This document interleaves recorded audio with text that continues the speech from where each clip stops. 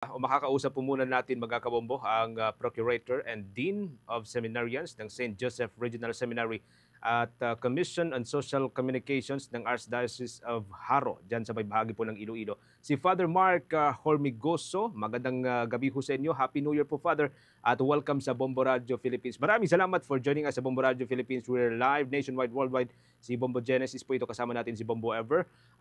Sa gitna po nitong mga hamon at mga tensyon na naranasan po ng ating bansa at ng buong mundo, ano po yung sa tingin ho ninyo kahalagahan nitong mensahe ni Pope Francis na share with gentleness the hope that is in your heart ngayon pong Pasko and of course ngayon pong bagong taon, Father? Very significant po yung year 2024 sa atin kasi it's a year of prayer, and the year of prayer would always be the introductory in the celebration of the year 2025, the year of hope. The message of Pope Francis would remind us po na sa buhay po natin, wala po kailangan maging judgmental. Kailangan po maging gentle tayo sa lahat ng tao, especially the way we speak, the way we decide, the way po tayo the way po natin tingnan yung mga sitwasyon sa buhay. Especially po kasi hindi naman po natin alam yung mga istorya ng buhay ng bawat isa. I think this is one thing also that we have to empower ourselves to have a new system of thinking and a new system also of feeling, na masasabi po natin na inclusive po yung pananaw natin sa pag-asa na sinasabi natin. That hope would remind us that it is connected with our faith, and hope would always remind us that the real source of hope is no other than but Christ Himself. So siguro po sa atin po lahat, sa pag-start po natin ng New Year at as we celebrate also Christmas this year, sana po ihinto po natin yung mga bagay na nagdi-divide sa atin. Especially po mga product po ng mga very instant or very extreme na judgment po natin sa bawat isa. Especially po sa family natin, sa community natin, kahit po sa sarili natin. We have always to look beyond everything, na masasabi natin, hanapin muna natin yung magaganda sa bawat isa. Kasi pag nakita natin yung kagandahan ng bawat isa, doon po tayo magsa-start po na masasabi natin that everything may pag-asa po. May pag-asa na magbago, may pag-asa na magiging instrumento ng blessings ng iba. May pag-asa din po tayo na magbago sa mga pananaw natin. Most importantly, yung mga bagay po na nangyari sa atin, especially po yung mga past experiences po natin, masasabi natin na hindi po yung huli ang lahat.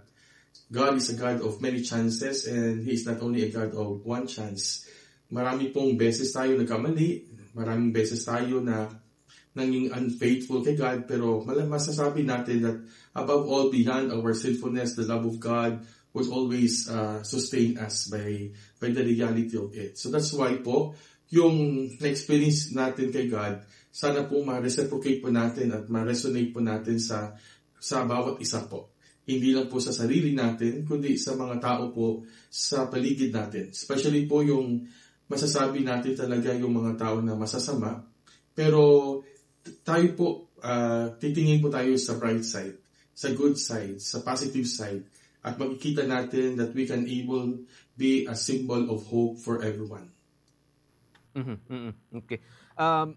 Nababanggit po ninyo kanina, Father, yung close or phrase na pag-asa sa ating mga puso. Well, paano ho natin ma-express itong pag-asa sa ating mga puso sa gitna ho ng mga kaguluhan at itong mga agam-agam sa ating pong komunidad, Father? Talking about po ng hope in our hearts po, yun po yung kailangan natin i-emphasize this year, na ang bawat isa ay may kanya-kanyang regalo na mula sa Diyos, at ang bawat isa din po ay may kapasidad na magiging palatandaan din ng hope ng bawat isa. Siguro, iwasan po natin this year na maging crab mentality tayo, na ang isa't isa na kung minsan hindi tayo nagpo-progress, hindi tayo nag-i-improve kasi tayo din po yung sumisira ng future ng bawat isa. Kung minsan tayo din po yung gumagawa ng mga fake news, kung minsan tayo din po sumisira po ng kapwa-tao natin. Siguro the message of hope in our hearts, we have to go back to the hearts that we have. Na galing po yung puso natin sa Diyos, sa bawat puso po ng tao, may kabutihan po dyan sa loob. We should not forget po na we are created in the image and likeness of God. And one thing po na kailangan po natin i-inculcate po yung value of having a confidence in ourselves, faith in ourselves, and most importantly, faith in God.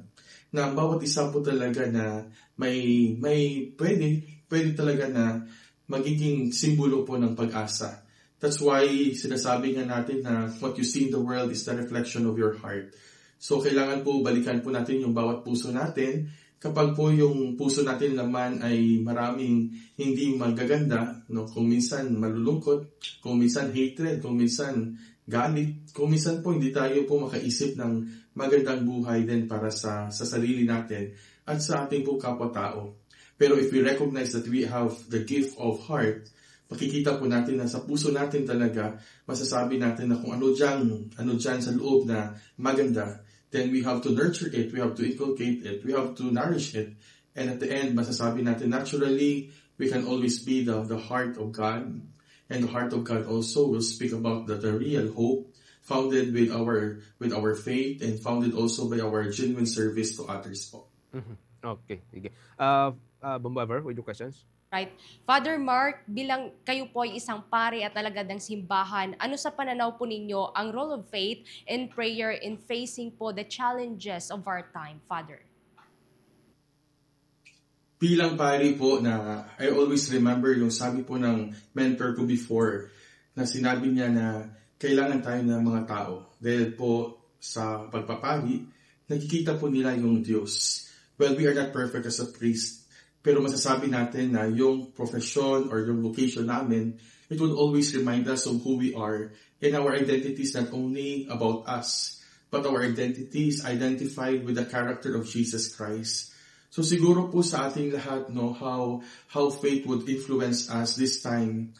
Marami po yung nangyayari sa daigdig, sa ating gobyerno, sa ating pamayanan, sa community po natin. Kung minsan hindi na natin alam kung ano yung mabuti, hindi natin alam yung anong katotohanan talaga. But at this point po, sabihin natin na when there is faith, malalaman po tayo that God will actually direct us in a more and most experience wherein we will find Him because He is the God of truth, He is the God of goodness, and He is the God of fruitfulness. That's why po sa bilang pari po, masasabi ko sa sarili ko na even there are so many struggles in life, there are many trials and tribulations sometimes, but I never forget that my connection of my faith comes from God. And even my connection of my priesthood is always coming from God. Na na-inspire din po ako na kahit po I am unworthy, na masasabi ko po na I am a holy priest, pero masasabi ko po na in everything that I do, I always connect myself with the ministry of Jesus. At sa atin po lahat siguro po, yan din po, because lahat tayo po may common priesthood naman po na sinasabi natin. Na yung turo ng simbahan, we participate on the priesthood of Jesus Christ. And one thing po dito, masasabi natin that faith is very important po sa atin. It gives us actually the direction. When we are anchored with our faith, our life would also be a life full of goodness. Kahit po marami pa pong maraming unos na pwedeng pagdaanan, that there will be many challenges that would come away, or sometimes po maraming uncertainties. But if our life is anchored with our faith, no matter what, we will actually surpass all these things. Yung masasabi ko lang po na kahit anong pagod, anong sakit, ano po yung suffering natin, no? Masasabi po natin na we have to lay down all these things in front of God by means of prayer, by means of contemplating, by means also of surrendering to God for everything. Because after all, as we let go all these things, yung Diyos na po yung bahala sa atin. Kapit lang po tayo sa Diyos. Masasabi po natin na mga Pilipino tayo, may